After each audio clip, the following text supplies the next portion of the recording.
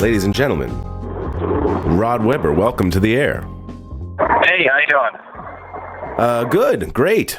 Today is a very strange day. I was just recanting how, of all the crazy things we've seen in this political back and forth between both sides, this rumble in the jungle that's been taking place in this election season, we finally saw a successful foray into, Donald Trump's territory of Twitter by Hillary Clinton coining a phrase, for decades at least to come. Delete your account is now a part of the American lexicon. And, she really did shut it down that day. And if that wasn't enough, after Elizabeth Warren's speech last night, Donald, of course, calls her Pocahontas and Goofy again. She responds with, seriously, delete your account. I mean, is this the right and left 1-2 tandem punch we can come to expect from what might be, a dream team ticket of Clinton Warren? Well... You were going pretty good there until you said dream team. No, you know what? And I'm glad you caught me on that because I like it's. Let me put the air quotes on it. Okay. I was ready with all sorts of things to say, and then yeah. I felt like I was kicked in the gut when you said dream team. Yeah. Well, I will give Hillary some serious credit on the delete your account tweet. Very impressed by that. I don't think it deletes, if you will, all of her past wrongs. Obviously I still have great issues with a wide variety of things. But since she is going up against Mr. Trump, I don't feel the inclination to repeat all of it. Sure. Not an endorsement by any stretch of the imagination. For me, the entire thing is, I think it just got real weird. Basically as soon as the numbers came up for California, I'm still seeing various things, which some will call tinfoil hat conspiracy theories, but showing maybe Bernie won, but I don't know. I don't want to go there really. But here, let's address that really quickly though. If what can we really say is the discrepancy, like the greatest discrepancy that could happen in California would affect the result? How?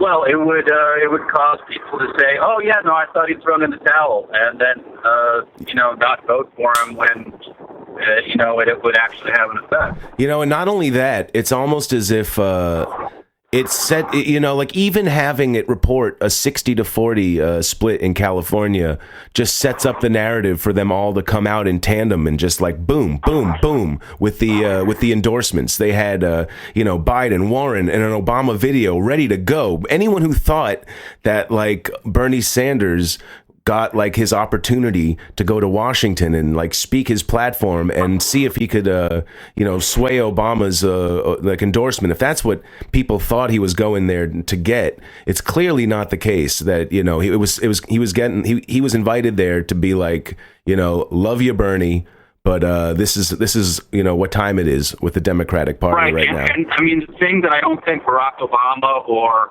Hillary Clinton or any of these people don't understand, who haven't been out there in the trenches speaking to these people, like for instance Bernie Sanders has, or I have, is it's not going to go their way. If they choose Hillary Clinton, Donald Trump will be the next president. Mark my words. I know that's not your feeling. I don't know that that's my feeling. I just know that like if she's all that we have that's up against him, I'm going to support her.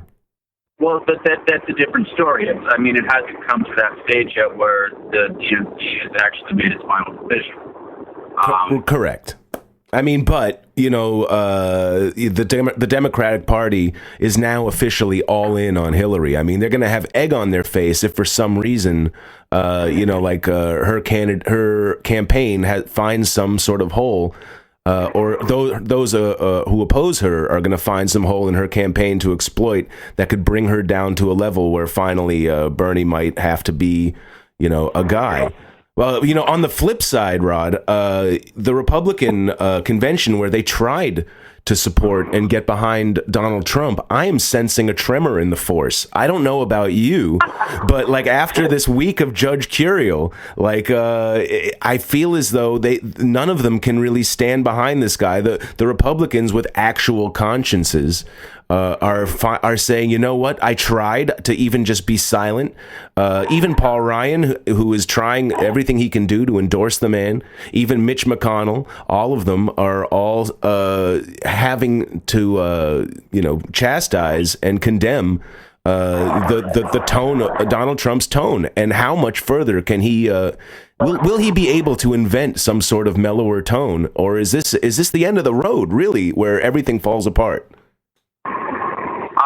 Well, I think it's the end of the road as far as trying to get Donald Trump to be something other than Donald Trump.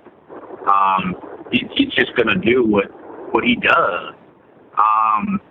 As far as them getting in line, I think only a handful of them have done anything to try to rescind or even unendorse him. So it's just bitching and moaning to try to ease their consciences, right? Or to placate the masses that are following these stories, like, oh yeah, of course we have a problem with this, but really it'll just sort of play out the way it does, and they're more than happy to have a puppet, I think.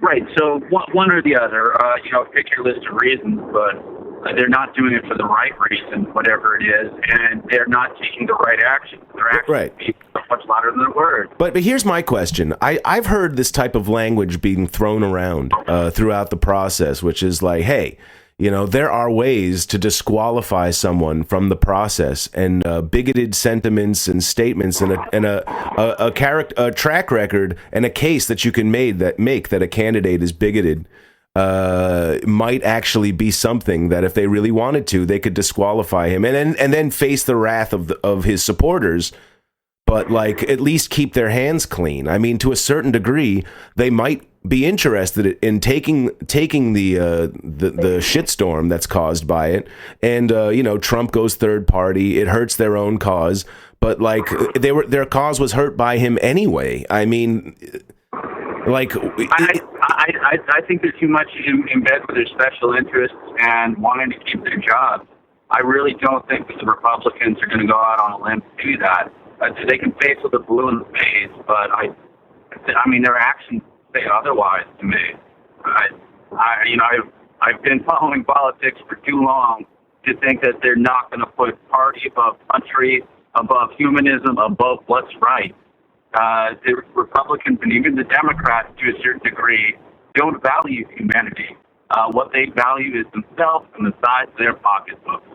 Even you see Mary Pat Christie, standing there next to Chris Christie at various times, rolling her eyes when Donald Trump is saying some crazy-ass sexist thing. And she thinks to herself, well, this is what my husband does, better step in line. And everyone thinks to themselves, better step in line. And that's what they'll do. They'll continue. And it's disappointing, but that's what the world has come to these days. I don't necessarily think that the United States was meant to last forever. Oh, great. Well, it could be coming to an end. I don't know. But, I mean, the path we're on is, I drove past the White House last night. I'm sorry, the Capitol building. Okay. And it was just on the way literally on the way to Richmond. I said, hey, oh my God, there's the Capitol building. And I was filled with disgust. In the past, I would have, stopped by and taken a look and kept on driving, but I was just, no, not having it. I'm out of here. I did not. See you later. Yeah, got to go to this Donald Trump rally. Yeah, right. Yeah, it fills you with a lot of national pride, I'm sure. Because that's what was on my mind. I hear you. Just think of what I just said about me, feeling relatively confident that Donald Trump will be the next president if they pick Hillary. And then I'm driving basically up to the Capitol building and thinking, oh, this country is a joke. This country is over. Yeah, there's gonna be a marquee on it that says Trump in like 6 months. Yeah, this country is over. I mean, I was legitimately thinking, where in Europe I'd like to move. I'd be Paris. I think I'd like to go to Paris maybe. Canada won't take me, but no, it's just we're done. I mean, it's bad enough that there was the Native American Holocaust and the African Americans who became slaves, which is a Holocaust to a certain degree, and the Americans did their job to redeem themselves a bit with the whole Hitler Holocaust. But Jesus Christ, a game show host for our president. I mean. Yeah, and for a country that fears change and things that are different than them, the man has orange skin. You know what I mean? Like, how well, so did Mitt Romney. He had he's reconstructed. He's actually like 500 years old. He's like a Mormon prophet, He's a Yoda. Right, exactly. Like I've been near him, and like I swear it was like he was animatronic. Oh, you mean Mitt Romney? Yeah, Mitt Romney. Yeah. Okay, I thought we were still talking on Donald, but Mitt Romney is a little bit robotic. He is one of the Mormon prophets from Moroni, either that or Kolob, which is the planet they go to when they die. There are some seriously awesome outer space connections, which I think a Scientologist, took a lot of inspiration from. There's just some crazy, crazy, crazy stuff in the Mormon religion, and I have to give him credit on a sci-fi basis. And that's the whole thing. Yeah, you're right, because like L. Ron Hubbard, the science fiction author, had to have been inspired. Obviously, there's sensational works of fiction. Or sensationalized reality, yeah. like the Bible, for example, doesn't necessarily have to be considered outright fiction. That's not what I'm saying. But if you want to believe that a lot of these things happened, they're certainly sensationalized. So to a degree, it's still like schmaltzt. They put a little schmaltz on it. But it is, yeah, it is a little schmaltz. So I don't know, Rod. I mean, it's I woke up today and it's kind of like there's still that mathematical chance that of course we could get a candidate that we're proud of, but yet the real thing that I was wrestling with that whole day is ultimately, yes, when faced with the final decision, the devil you know what I mean? That would be Hillary Clinton to me. She still is a part and respected. It's like, who are you going to trust here? It's like, are we supposed to not trust any of the leaders of the Democratic Party or anyone in politics whatsoever? If they're, and then if you're going to say like, then Elizabeth Warren jumps on board, and right. Yeah, that's the way it felt. Right, exactly. And then are we supposed to not trust Bernie Sanders as well, who like we know who if he saw Hillary as an evil, a real like the way she gets perceived by the people who don't like her, then would he really be going all in before he even leaves the race? He's still saying, no matter what, I am working with Hillary Clinton to defeat Donald Trump. You know what I mean? That is what matters most to me, because all of this other political shit can wait. You know what I mean? We have a madman trying to take over the government. Yeah, no, I woke up this morning and I thought to myself, I'm not going to worry about any of that until the conventions. I'm literally just going to go to the rallies, and I'm going to do my best to try to keep the people there safe. So rather than concern myself with the overlords and how they're controlling the universe, if you want to use superhero terms, I can't do that. I got to be Batman on the ground, and just what I can do with my own two eyes. I can't do the Superman fly around the planet, turn back time. It's not in my utility belt. It's like, man, when they do that, it's like it's going to be the most incredible reel. It already is, of everyone who laughed it off. Donald Trump running for president. Donald Trump running for president. They're all laughing it up. Oh yeah, right. Like Jon Stewart. Oh, I'm retiring too soon. I actually talked about it with Margot Kidder. I think I mentioned that before, which was kind of cool.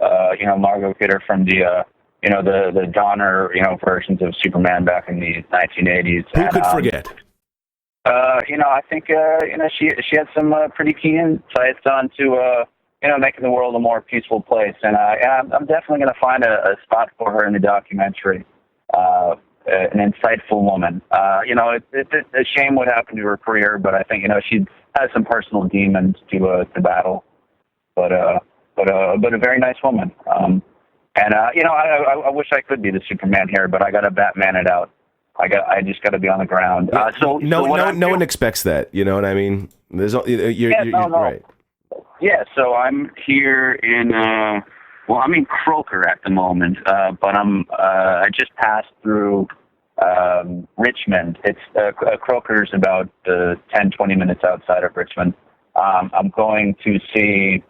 There's a field full of about 10-foot tall Easter Island style statues that have been abandoned, but each one is a bust of the presidents.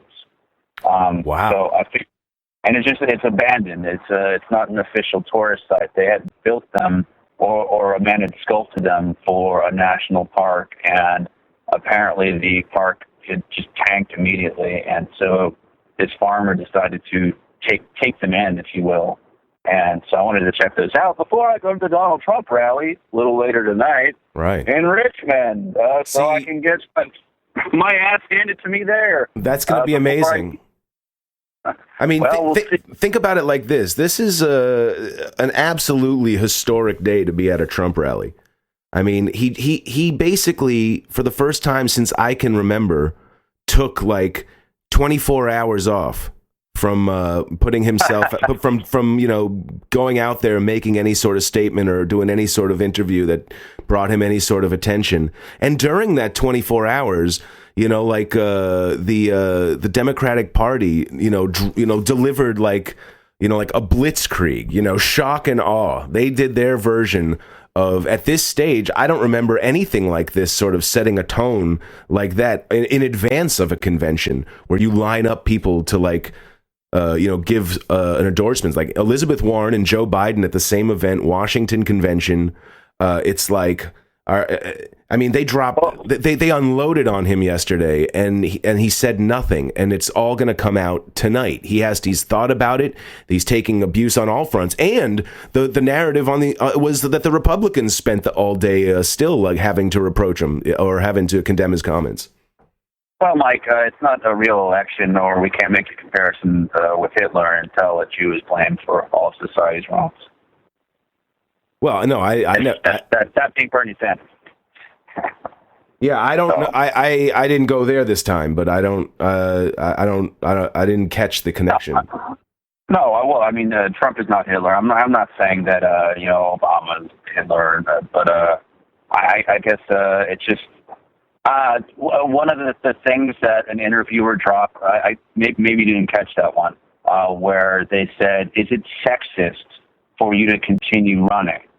And I noticed a lot of Jewish folks on social media saying, "Well, is it anti-Semitic of you, of Hillary, to keep running?" So I don't know. I found that to be an interesting component.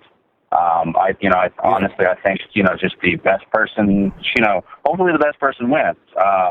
But it just, I don't know, it seems like a lot of shady things are going on. There was one great thing that Elizabeth Warren said, and I know as I'm piecing it together in my head, I'm not going to put it out there, right?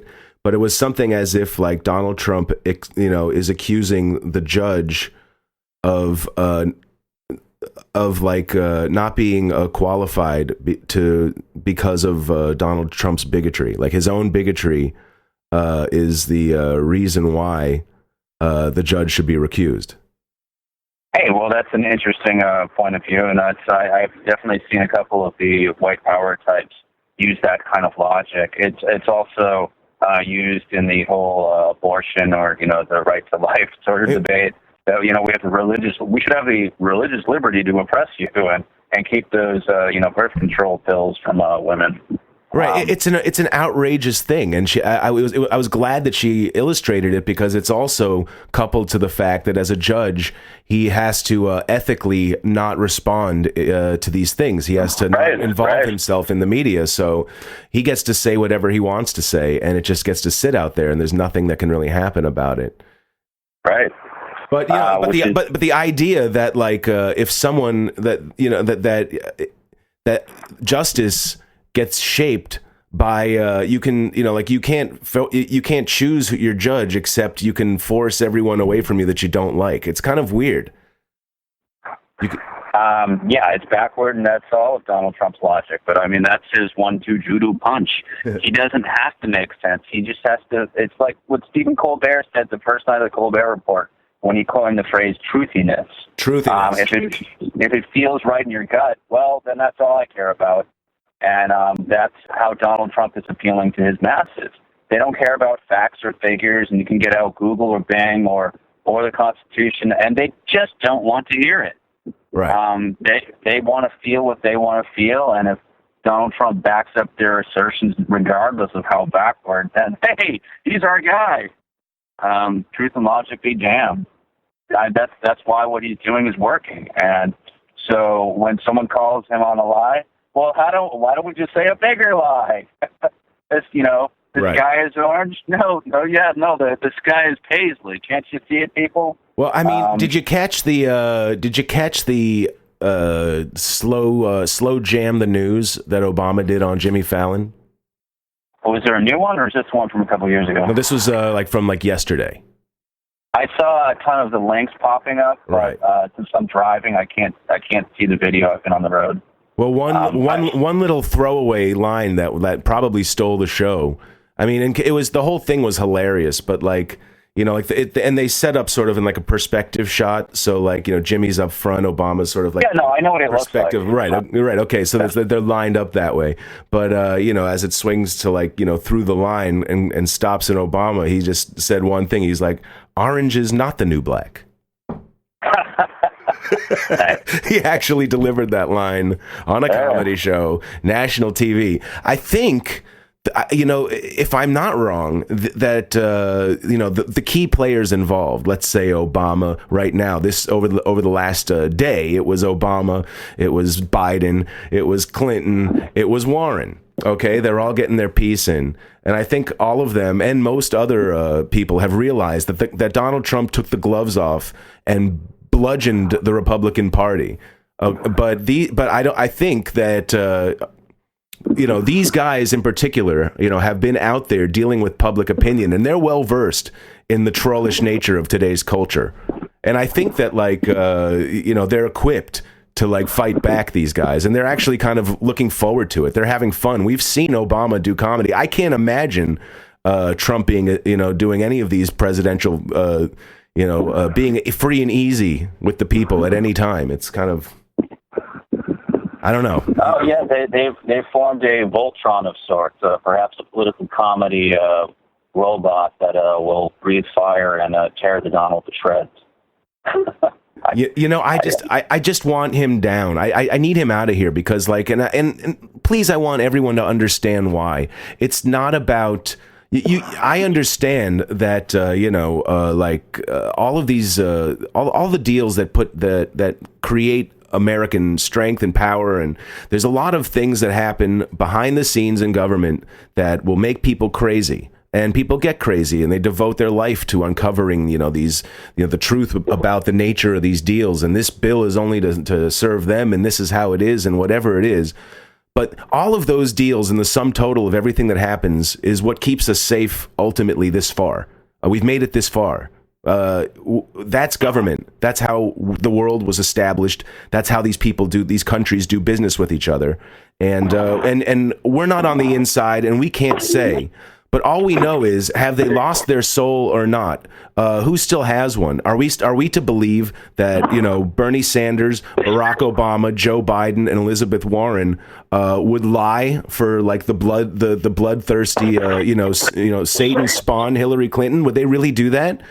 Is that really where they're at? But maybe. But that being said, they've already proven. But go on.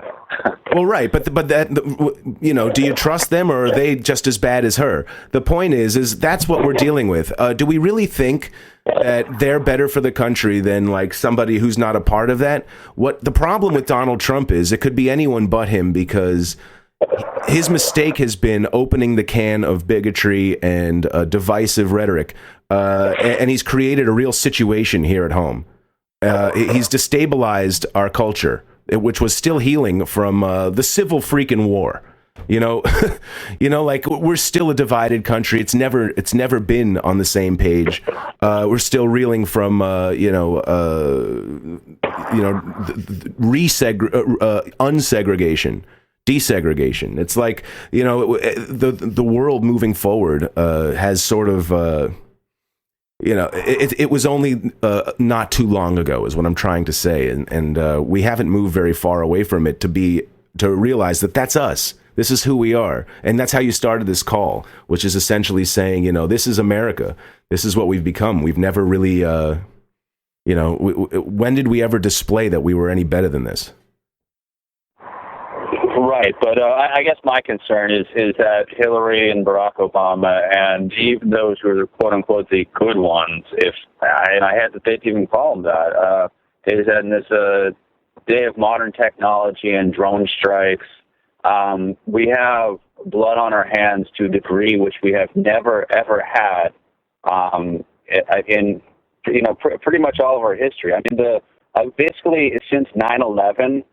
We have killed more civilians than Americans have died in all wars since the Korean War. So we can't have a president like Donald Trump or another Barack Obama or Hillary Clinton. I mean, to do this makes me not proud to be an American.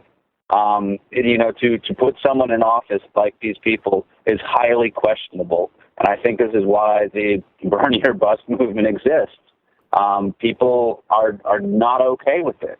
And I understand, and I want to believe in that political revolution idea that, no, really, you have to say it has to be Bernie or bust. We have to all commit to doing a third party thing, come hell or high water. And if it's Trump, then you deserve what you get. And that's it's already at least half of Bernie supporters are already there. TYT, the Young Turks, did an informal poll, and they are a highly Bernie supporter. It was something like 80-20 were Bernie or bust, which says to me that if they put Hillary in, Trump will become president, barring some other act of God. Okay, but then this is all barring Bernie Sanders giving them specific instructions to let go of that. That's true too. That's true too. So I mean, we don't know what's going to happen to their cause when Bernie himself says, let's stay together on these issues, but we must support this candidate together. But I'm just saying that any of the Bernie people that I've spoken to are Bernie bust. I mean, they are moral crusaders. They're not having it, and it doesn't matter even if Bernie said, no, you have to get behind Hillary. I really don't think they would. I think they would really just write Bernie's name in. Right. And I think this is the fallacy in logic that the DNC has gotten behind. It's what Barack and Hillary and all of them are getting behind. And they're not on the ground. They're not speaking with the people. They just don't get it. I'm telling you, I've been on the ground, and this is the way it's going. They're making a huge mistake if they nominate Hillary. Yeah, and I do feel that way. It was always a safer choice, and I've been saying it all along, because the most important commodity in this race, as far as the American people are concerned, is going to be integrity. Yeah, and I feel bad even saying that. I feel bad because my mission has not been to critique. Today, I feel as though I just want to collect flowers and give them Donald Trump supporters. I want to bring it back to the old school roots of my mission, and try to bring a feeling of connectedness. I guess with this, there's a bit of an impending feeling of doom since I am sensing a Trump presidency, as much as there's a disturbance in what's going on the Republican side. I feel as though I'm just going to go out there and I'm going to get the olive branches ready. I'm literally going to start handing them out. Honestly, I feel as though I don't sense it so much. I think the natural dignity of a campaign is going to be carried by the Democratic side. They're going to put on a good show and help show what's going on. Yeah. Well, yeah, I hope. I don't know, man. It's all too much for me to take. My head's exploding overall, and that's maybe that's just why I just want to bring it, back to old school roots and just and not worry about math and numbers. I know it's all math and numbers, but when they're fudging the numbers, it's hard to worry about that. It's it's like talking about quantum physics or string theory. At a certain point when they're just pulling chads and they're throwing them in the ocean. Well, I don't know. Is it up or is it down? Is the sky blue or orange? I don't know. Is Donald Trump a Smurf? I don't know. No, I mean, but no, he's a naughty. He's one of those like, maybe not naughty.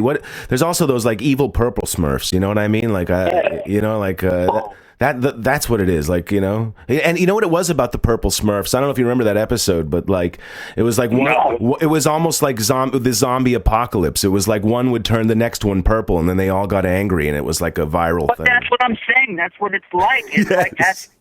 If America was embodied as a person, let's say Uncle Sam, it's like as if Uncle Sam is at Woodstock and he took the bad brown acid, and we're running through the fields waiting for Johnny Law to throw us on the ground and put us in cuffs, and we don't know what's going to happen next. This isn't like a rational America that says, oh, yeah, well, I'll get out of jail in a couple hours. No, we're tripping on the brown bad acid, and what the F is going to happen next? Yeah, right. What is going down? What the F is going to happen, Rod? This is insane. It's like, but I want to tell you that I feel like you're doing the right thing. I like what I'm hearing. Redouble down on your purpose. And maybe you started out thinking flowers for the candidates. That was really like what we needed to see. But now the real issue is who are we, not who are them. Right? Not who are them. It's like who are we? You're going to have to offer those flowers to the Trump supporters and try to soften them up a little bit and see what's going on here. I like that, Rod. I got to get out of here. I'm up against it, but all right. But be safe out there, and I'll check in with you, at the top of the week next week and see how it was, because this is going to be, I imagine, as far as everything, every day leads to like a something bigger. But out of all the Trump rallies you've been to, and it's been a doozy, I imagine the mood of this one is historic. So definitely bear witness, my friend. I will keep my twinkle toes on and do my best to get those flowers out there, baby. All you right. do the same. All right. Be safe. Rod Weber, ladies and gentlemen. Thanks for calling.